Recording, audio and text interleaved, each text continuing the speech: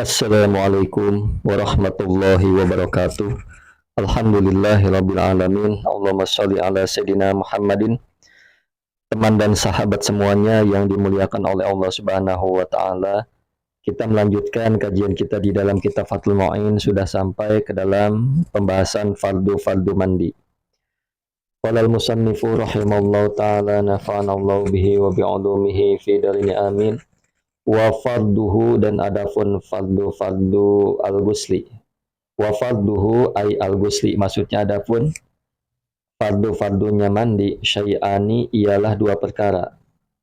Yang mana dua? Ahaduhuma, adapun nomor satunya dua, niyatu raf'il janabah, ialah niat menghilangkan janabah, lil junub, bagi orang yang junub, awil haidi, atau menghilangkan haid, lil haidi, bagi orang yang haid, aw raf'i hukmihi, atau menghilangkan hukumnya yang disebutkan. Jadi penjelasannya adalah fardu mandi ada dua. Namun di dalam kitab Fathul Qorif ada tiga macam. Yang pertama adalah niat. Nah, niat ini yang membedakan antara ibadah dan adat. Jadi rukun yang pertama adalah niat. Niatnya adalah bisa nawaitu raf'al janabah lil junub. Kalau orang junub, nawaitu raf'al janabah, itu udah cukup. Atau saya niat menghilangkan janabah. Awil haidi, atau haid, nawaitu raf'al haid, itu sudah cukup. Nah, atau menghilangkan hukumnya janabah dan haid. Jadi macam-macam ya lafaz niat, boleh yang mana saja.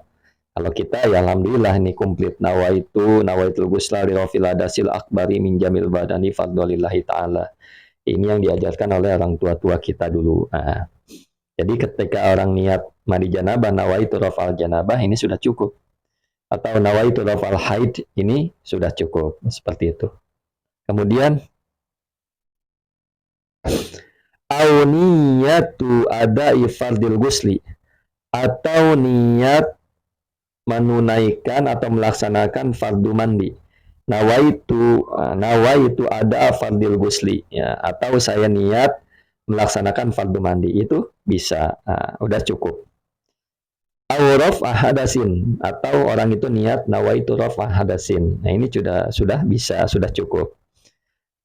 Kemudian awit toharoti anhu, atau dia niat nawaitu toharota anhu, maksudnya an hadas, saya niat bersuci dari hadas. Au ada il-ghusli, atau orang itu meniat melaksanakan mandi. Nawaitu ada al-ghusli, ini sudah bisa niat seperti ini. Wa kadza, dan seperti ada ul-ghusli, maksudnya adalah al-ghuslu, adapun mandi, lis-shalah, seperti mandi karena sholat. Nah, ya bisa orang berniat misalkan nawaitu al-ghusla lis-shalah, ini sudah bisa niat tersebut dipakai atau sudah cukup. Nah, la al-ghuslu faqat, artinya bukan mandi saja. Jadi kalau orang berniat nawaitul ghusla, ini tidak cukup. Nah, seperti itu. Jadi ada lanjutannya, ya. Seperti itu. Mudah-mudahan dapat dipahami. Lafaz-lafaz tentang, bukan lafaz ya, dilafatkan ya sunnah, tapi tanamkan dalam hati ini suatu kewajiban. Nah, seperti itu. Adapun niat-niatnya yang di atas tadi, jangan sampai lupa. Bismillahirrahmanirrahim.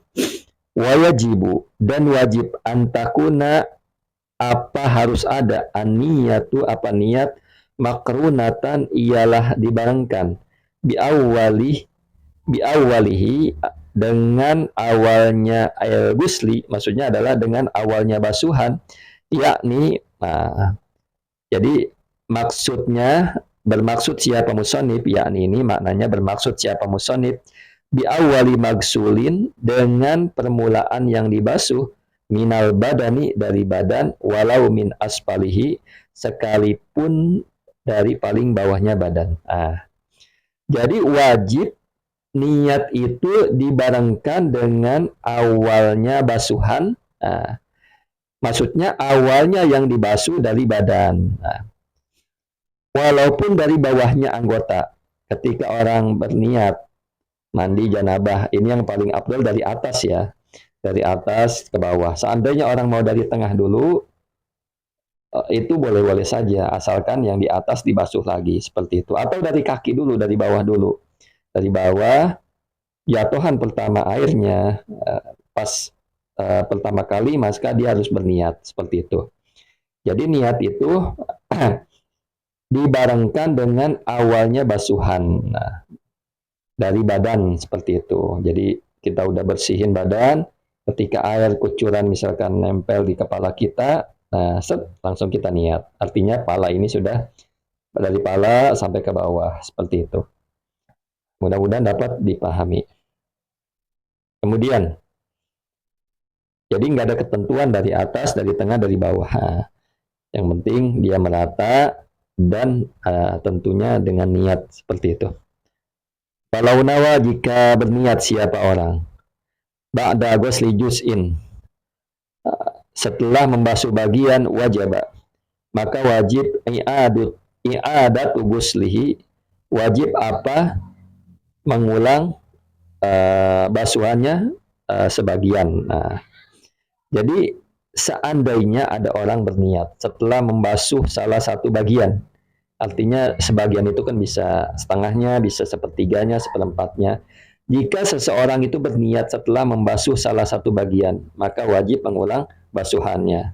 Seandainya ada orang mandi, dia pas niat udah basah semuanya, kepala udah basah, semua udah basah, pas di pusar dia baru niat, maka dia harus mengulang basuhan yang atas yang belum dia niati tadi, seperti itu. Nah, kemudian falau nawa jika berniat siapa orang, raf'al janabah, akan menghilangkan janabah, wa ghasala, dan membasuh siapa orang ba'dal badani, akan sebagian badan, summa nama, kemudian tidur siapa orang, wastaiqadha, dan bangun siapa orang, wa aroda, dan menghendaki siapa orang, ghuslal baqi, akan membasuh sisanya. Nah, akan membasuh sisanya basuhan, lam yahtaj, maka tidak butuh siapa orang ila i'adati niyati, kepada mengulang niat. Nah, ini. Jadi kalau seandainya orang udah berniat, orang udah berniat menghilangkan janabah dan sudah membasuh sebagian badannya, kemudian dia tidur. Tidur ya, baru mandi kepala doang, mandi niat mandi hadas besar, baru membasuh kepalanya aja, seluruh kepala. Kemudian dia tidur dan bangun, orang ini mau bermaksud membasuh sisanya, artinya selain kepala ya. Maka orang ini tidak butuh untuk mengulangi niat, seperti itu ya. Menarik sekali ini. Para ulama sudah lengkap permasalahan-permasalahan yang sering masyarakat hadapi.